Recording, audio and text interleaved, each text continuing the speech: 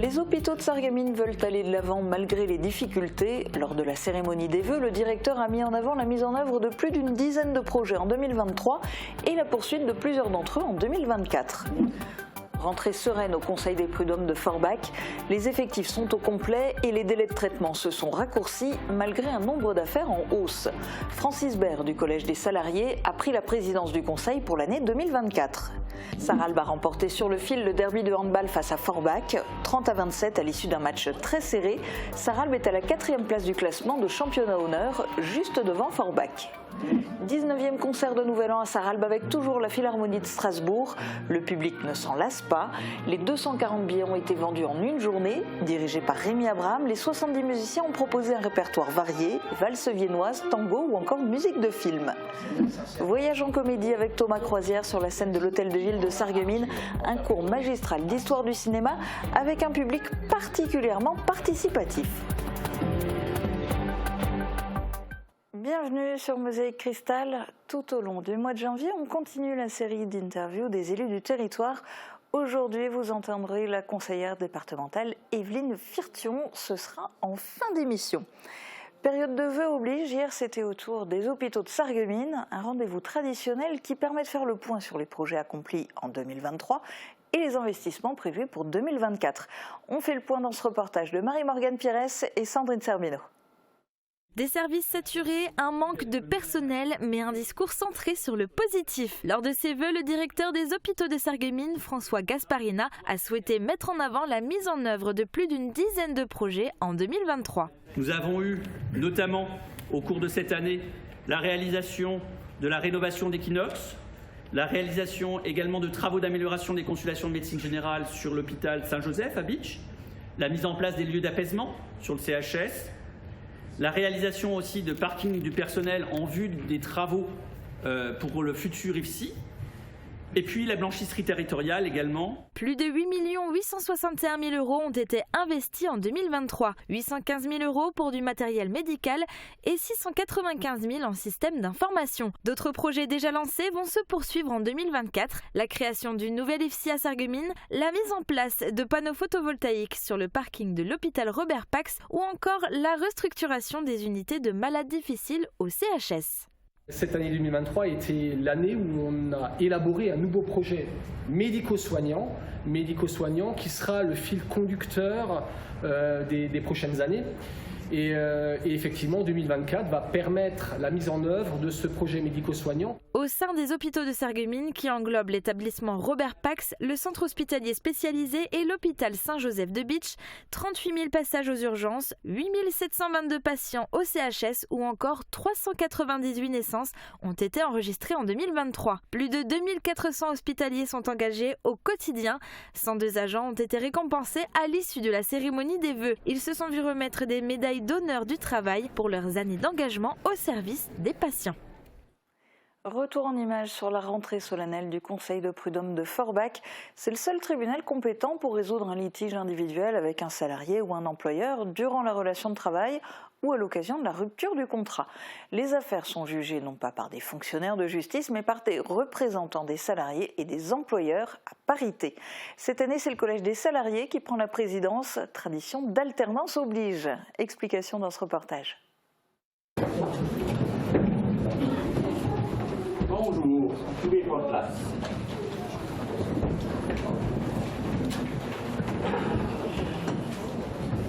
Je déclare l'audience solennelle de rentrée ouverte. La nouvelle année judiciaire a commencé au Conseil des prud'hommes de Forbach avec la rentrée solennelle animée par le vice-procureur du tribunal judiciaire de Sarreguemines. Le Collège des employeurs a pris la relève du Collège des salariés. Francis Baird succède à Guy Walter à la présidence. On gère des conflits liés au travail, au contrat de travail. Il y a un contrat de travail, à partir de ce moment-là, on est apte à faire une procédure. On détermine une date, une première date qu'on appelle un bureau de conciliation et d'orientation. En gros, c'est est-ce qu'il y a moyen de concilier avant d'aller sur le fond. Et on a aussi ce qu'on appelle le référé. Le référé, c'est des procédures d'urgence. Je vais prendre un exemple tout simple. Je travaille, ça fait 3 mois que je travaille, je n'ai pas eu de salaire. en tant que salarié. Donc plutôt que faire un dossier qui va prendre un certain temps, qui doit passer par le pot de conciliation et après sur le fond, là le référé, en 15 jours, l'affaire sera mise ce qu'on appelle un référé, donc sera plaidée et une décision rapide sera prise. Le taux d'appel est bas, environ 20%. Les délais de traitement se sont raccourcis et pourtant le nombre d'affaires traitées en 2023 était en hausse, 375 nouvelles affaires. Après des menaces de fermeture en 2021, une baisse récurrente des effectifs et la délocalisation de la section agriculture à Metz, l'instance judiciaire a retrouvé une stabilité. Avec 50 personnes, les effectifs sont au complet, de bon augure pour l'avenir. Culture à présent avec Voyage en comédie sur la scène de l'Hôtel de Ville de Sarreguemines dans le cadre de la saison culturelle. Voyage en comédie, c'est à la fois de la cinéphilie populaire et un hommage aux réalisateurs, acteurs, auteurs et compositeurs.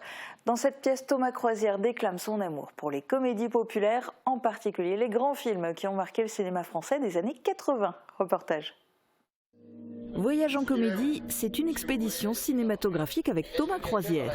Sur scène, il donne un cours magistral d'histoire du cinéma à grand renfort de répliques cultes et d'affiches mythiques. Est-ce que vous pensez très sincèrement que sans le duo Bourvil de Funès, il y aurait eu Cadmerade et Danny Boone? Non mais même l'affiche assume cette filiation. Est-ce que vous croyez que sans la série des monocles, il y aurait eu celle d'OSS 117? Évidemment non. Et est-ce que vous pensez vraiment que sans Monty Python Sacré Graal, il y aurait eu Camelot? Mais bien sûr que non. Alors ce soir, je vais rendre à Arthur, enfin plutôt à César, ce qui appartient à ces films qui n'ont pas eu de César. Toutes ces comédies que j'ai passionnément aimées et totalement et qui m'ont très subtilement inspiré. Voyage en comédie avec Thomas Croisière, c'est aussi l'occasion à l'Escale de rencontrer le capitaine, d'échanger avec lui, de se prendre en photo et de se refaire le film du voyage. C'était super, enfin, ce qui est toujours très marrant, c'est que tu ne sais pas sur qui tu vas tomber. Et donc moi, j'ai un public fun et je suis tombé sur une dégénérée qui s'appelle Pamela. Tiens, viens. Parce que... Et donc c'est la première fois parce qu'à un moment j'évoque une réplique de Rambo 3 qui est quoi la réplique à Rambo 3? Dans ton cul. Je vous présente Pamela et nous allons rejouer une scène de Rambo 3 qui est très importante pour la culture française. Où sont planqués les missiles américains? Dans ton cul.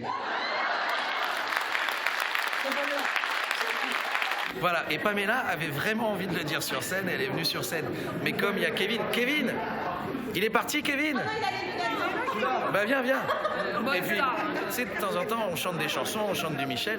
Et il y a Kevin, par exemple, il a voulu chanter sur scène. Bonsoir. Donc il a fait sa première 400 places.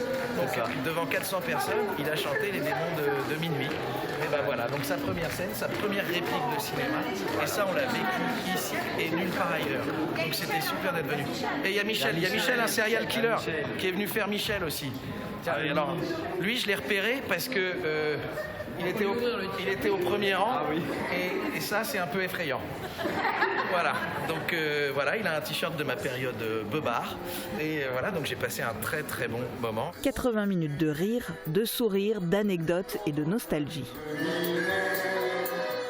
Ce soir, changement d'ambiance à Sarreguemines. La saison culturelle se poursuit à 20h à l'Hôtel de Ville avec la pièce de théâtre Les Poupées persanes, dans laquelle les histoires s'entrecroisent en parallèle de la révolution iranienne. C'était un rendez-vous attendu par le public et par les musiciens, le concert du Nouvel An proposé par la Philharmonie de Strasbourg à Sarralbe. Le chef d'orchestre Rémi Abraham a proposé un programme varié et vous allez le voir, il a même fait participer les spectateurs. Reportage d'Émilie Hazel et Marie-Morgane Pires.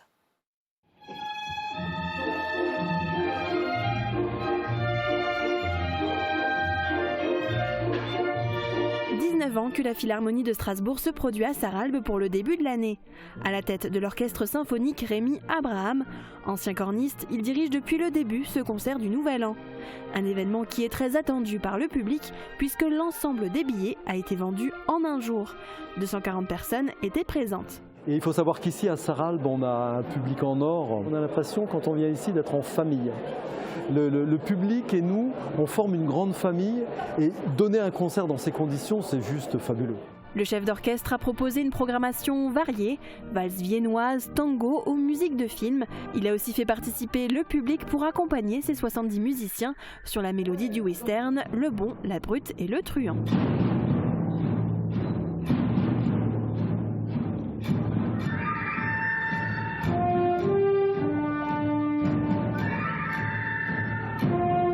Ce que j'attends, c'est que quand on est au moment du concert, on ne fasse plus qu'un. Le public et l'orchestre, il n'y ait plus de différence, il n'y ait plus de barrière, on fait un, on est là pour la même chose, pour le plaisir de la musique et se régaler. La Philharmonie de Strasbourg devrait être de retour à Sarralbe l'an prochain pour un 20e concert. Retour à présent sur l'événement sportif du week-end. Votre vie locale sportive est sponsorisée par Wellness Vouswiller. Nageurs amateurs ou confirmés, venez découvrir nos bassins avec turbine de nage à contre-courant intégrée Swimeo, disponible à l'essai. C'était un match très serré lors du derby de handball entre Sarralbe et Forbach. Sarralbe s'est illustré à la fin du match en remportant la rencontre. Résumé du match dans ce reportage d'Emilia Zell et Marie-Morgane Pires.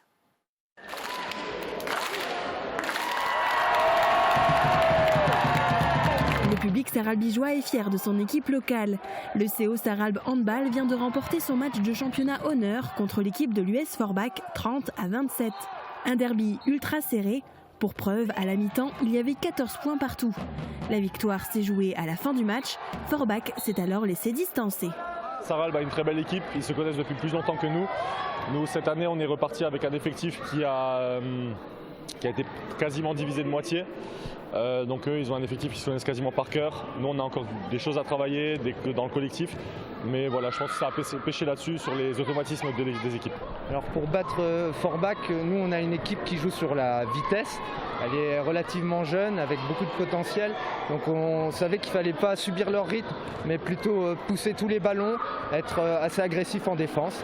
Donc on a eu du mal à se mettre en route parce qu'au départ c'est eux qui nous imposaient leur rythme.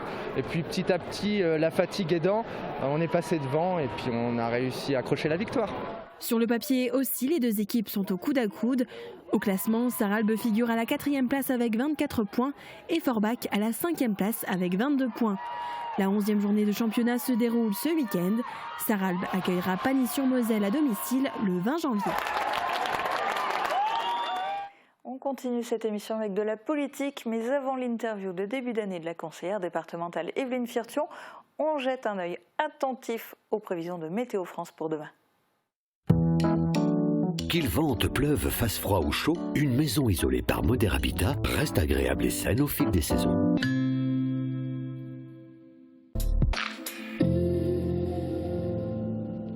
Bonjour tout le monde, la matinée de demain s'annonce très compliquée, surtout en ce qui concerne la circulation. Notre département a été placé en vigilance orange pour des pluies verglaçantes qui sont attendues cette nuit et qui continueront de tomber dans la matinée. Ce n'est que dans l'après-midi que les températures vont remonter et que les sols devraient être moins glissants, mais avant ça, il faudra être très vigilant. Les températures minimales iront de -2 à -3 degrés et les maximales de 8 à 10 degrés. Demain, nous fêtons les Roselines et il fera jour de 8h19 à 17h03. Passez tous une belle journée et à demain!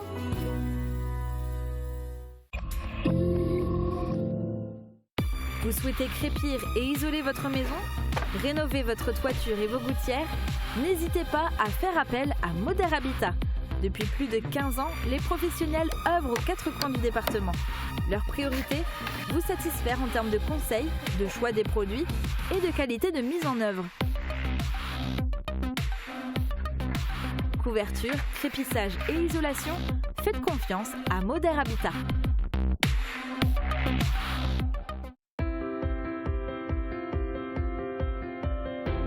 Winner dans leur état d'esprit,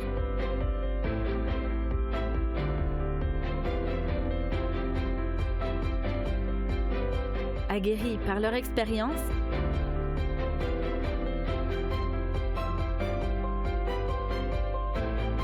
garant de la bonne exécution des travaux, naturellement sympathique, expert en environnement, réactif dans leurs délais.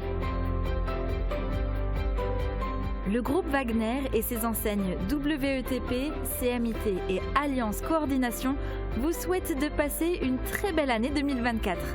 Anticiper, c'est l'avenir.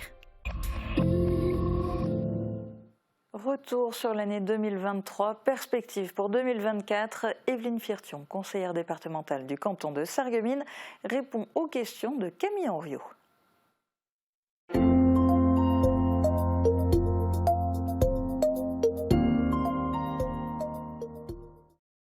Bonjour Madame Firtion. Bonjour. Merci de nous accueillir ici même à Ambar, tout juste à côté de cette magnifique aire de jeu qui est pas très loin de l'hôtel de ville d'ailleurs. L'année 2024 donc vient de commencer. Avant de parler finalement des nouveaux projets à venir pour cette année 2024, quel événement associatif ou événement en lien avec la jeunesse a été pour vous le plus marquant à l'échelle départementale ? Alors pour moi, qui suis effectivement dans une commission où on gère également la jeunesse, ce qui m'aura marqué pour cette fin d'année 2023, c'est qu'on a réussi à accomplir sur tout le territoire, non seulement sur le canton mais sur tout le territoire, à obtenir des classes de cadets de la sécurité civile dans tous les collèges.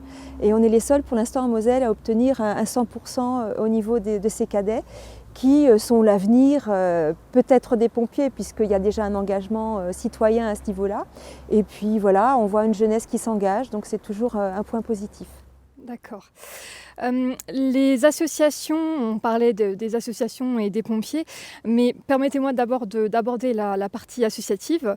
Les associations, notamment d'aide aux plus démunis, comme les Restos du Cœur, ont dû baisser leur nombre de bénéficiaires, vous le savez, à cause des stocks alimentaires malheureusement plus bas. Comment comptez-vous vous mobiliser pour ces associations, pour finalement qu'elles puissent retrouver un peu plus de vie ? Alors là, il s'agit d'une association bien particulière. Vous savez qu'en Moselle, nous, on a la part la plus importante de notre budget qui est justement destinée au social. Il n'y a pas spécialement une association qu'on va aider, plus particulièrement. Nous, c'est plutôt global. Donc il y a une augmentation effectivement de toutes ces aides sociales qui seront réparties en fonction des demandes. Mais cibler proprement une association, là, c'est un petit peu difficile de vous répondre dans ce sens-là. C'est plutôt voilà, dans l'ordre général. Il y a une augmentation au niveau des BRSA, on le sait. Il y a des activités qui sont proposées pour justement les organiser pour qu'ils puissent retrouver un travail. C'est plutôt dans ce domaine-là, mais d'ordre général. Toujours sur la thématique d'aide à apporter à la population, et on vient d'en parler, tout ce qui est caserne des pompiers et sapeurs-pompiers finalement. Il y a pas mal de casernes des pompiers qui sont toujours à la recherche de nouveaux volontaires finalement pour pouvoir compléter leurs effectifs. C'est particulièrement vrai pour les casernes qui sont un peu plus situées en milieu rural ici sur notre territoire. Comment vous particulièrement allez-vous accompagner le recrutement de ces sapeurs-pompiers ici en Moselle, mais aussi la féminisation de ces casernes de pompiers, puisqu'il y a eu aussi des évolutions, il me semble, en 2023 ce sujet. Oui, effectivement. Alors là, vous adressez à la bonne personne puisque je suis vice-présidente au SDIS, justement, en charge de la féminisation, de la jeunesse et de l'éducation. C'est pour ça que je vous parlais aussi des cadets précédemment. Et on a voté au dernier CA au SDIS, donc en décembre, un rapport sur le département du volontariat. Justement, on veut mettre en avant toutes ces bonnes âmes qui s'engagent et les mettre justement, les aider à s'engager. Alors, pas seulement les femmes, on a aussi besoin de jeunes. C'est pour ça qu'il y a beaucoup d'actions qui sont menées en faveur de la jeunesse, mais voilà, un focus sur le volontariat, parce qu'on sait qu'au niveau associatif, comme chez les pompiers, on a de plus en plus de mal à recruter, et là on va vraiment faire un effort. Il y a eu beaucoup d'études qui ont été faites, et voilà, ça c'est en train de se mettre en place, et on attend bien sûr très très rapidement des résultats. Déjà, un des axes qui est principaux, un des principaux axes, ce serait déjà au niveau de la réfection des casernes. Il y a un plan pluriannuel d'investissement, le fameux PPI, qui est remis à jour tous les ans, avec des équipements dans les casernes. Alors, il y a une grande politique pour des reconstructions de casernes. Nous, dans notre canton, ce sera plutôt des réfections de casernes. D'ailleurs, Ambar, l'unité opérationnelle, est concernée, parce qu'on a pas mal de filles aussi, et de jeunes. Donc, il faut adapter les vestiaires. Donc, il faut pouvoir les accueillir. Donc, pour pouvoir les accueillir, il faut pouvoir s'engager dans des travaux. Et là, il y a un large plan qui est organisé à ce niveau-là. Pour toujours parler de ces casernes de pompiers, on a parlé finalement de réfection, mais ici aussi à Ambar, il me semble qu'il va y avoir une modernisation de la caserne ces prochains mois. C'est des travaux qui sont prévus. Qui seront conséquents. Alors, Je ne peux pas dire que ce sera dans les prochains mois, c'est inscrit dans le plan 2024-2027, donc ce sera fait dans les prochaines années. Oui, effectivement, alors le SDIS a voulu, justement, pour entreprendre ces travaux, faire l'acquisition des casernes. Donc c'est à 1 € symbolique, ça a été acté chez nous, c'est passé au conseil municipal, et on est en train de travailler sur toutes les autres communes qui détiennent une caserne, parce qu'évidemment, quand on veut s'engager dans les travaux, c'est mieux d'être propriétaire. Alors tout d'abord, il faudra prévoir un plan de sécurisation, donc avec des clôtures pour pas que tout le monde puisse rentrer dans ces casernes. Et puis après cela, on commencera à étudier et à faire les plans pour les travaux donc de vestiaires, d'agrandissement, puisqu'il y a des camions, donc organiser des travées, un sens de circulation aussi, entrée et sortie. Donc tout ça, ça fait partie de ce plan-là. Donc on vient de parler des pompiers et tout ce qui était milieu associatif. Je voulais passer un peu plus sur la partie jeunesse et notamment l'apprentissage de l'allemand qui a une importance particulière ici dans notre territoire frontalier. Est-ce que vous allez continuer à vous mobiliser dans ce sens, en particulier dans les écoles ici sur notre territoire? Oui, bien sûr. Alors nous, évidemment, avec un secteur transfrontalier, on se doit justement de continuer cette manœuvre-là. Alors le département finance en partie des assistantes de langue. Donc nous ici on en a dans notre commune, il y en a un petit peu partout, vous savez que Sarreguemines aussi avec son école biculturelle. Donc ça bien sûr, ça c'est vraiment un point important. On sait qu'il y a du travail aussi au-delà de notre secteur, donc il faut pouvoir permettre à ces jeunes de pouvoir travailler plus tard en Allemagne par exemple. Donc le recrutement d'assistants maternels va se poursuivre. Et en 2024, il y a aussi un événement qui se prépare, là, qui va être vraiment un événement majeur finalement de cette nouvelle année. Ce sont les Jeux Olympiques. Est-ce que c'est l'axe fort de cette année pour le département de la Moselle? Alors complètement, on arrive maintenant à moins de 200 jours des JO, ça va arriver très vite. Vous savez qu'on a un président, Patrick Weiten, qui est un ancien grand sportif et qui est toujours très attaché au sport. Bon, il m'a confié cette délégation de commission, de 5e commission sport et culture, parce qu'on peut difficilement dissocier d'ailleurs le sport et la culture. Et avec cette arrivée des JO, s'est posé la question du passage de la flamme. Alors évidemment, on s'est positionné, nous, sur Sarreguemines, et avec un territoire qui est très sportif. Hein, on sait qu'on a de grands sportifs chez nous. On se devait aussi de pouvoir se positionner là-dessus. Donc ce passage de la flamme, pour ce faire, il a fallu que le canton, déjà la communauté d'agglomération et bien sûr notre ville phare du canton Sarreguemines se positionne pour être labellisée terre de jeu. Donc une fois que ça a été fait, voilà, après on a organisé ce passage qui est très attendu. Il faut quand même savoir que ce sera vu par des millions de personnes. Et là on compte beaucoup sur les associations, justement on parlait d'associations tout à l'heure, les associations sportives pour qu'elles donnent un coup de main pour ce passage qui va être effectué sur quelques kilomètres et justement pouvoir faire de ce passage une grande fête et ce qui sera quelque chose de très marquant pour nous et puis un rayonnement évidemment pour notre canton. Alors tout autre projet, mais qui concerne également nos téléspectateurs qui se préoccupent finalement beaucoup de cette circulation ici dans l'ensemble de notre département. Dernièrement, là je parle du mois de décembre, il y a eu une enquête qui a été menée pour le grand projet de contournement de Vousvillers avec les personnes concernées par le projet qui ont été invitées pour mieux se renseigner finalement sur l'avancée de ce projet. Qu'en est-il de l'autre contournement de Sarreguemines dont on entend parler depuis des années? Oui, c'est vrai que c'est vraiment une arlésienne. Maintenant, on en entend parler depuis très très longtemps. Avec mon collègue, parce que vous savez qu'on travaille à deux, avec mon collègue Jean-Claude Cunat, on ne cesse de venir en parler au président. Quand le préfet vient dans les instances départementales, on lui en parle aussi. Alors c'est vrai que pour le département, c'est devenu quelque chose de trop lourd. On parlait de 80 millions d'euros, maintenant on commence à parler de 100, 120 millions d'euros, puisque bon, c'est quand même des travaux très très conséquents.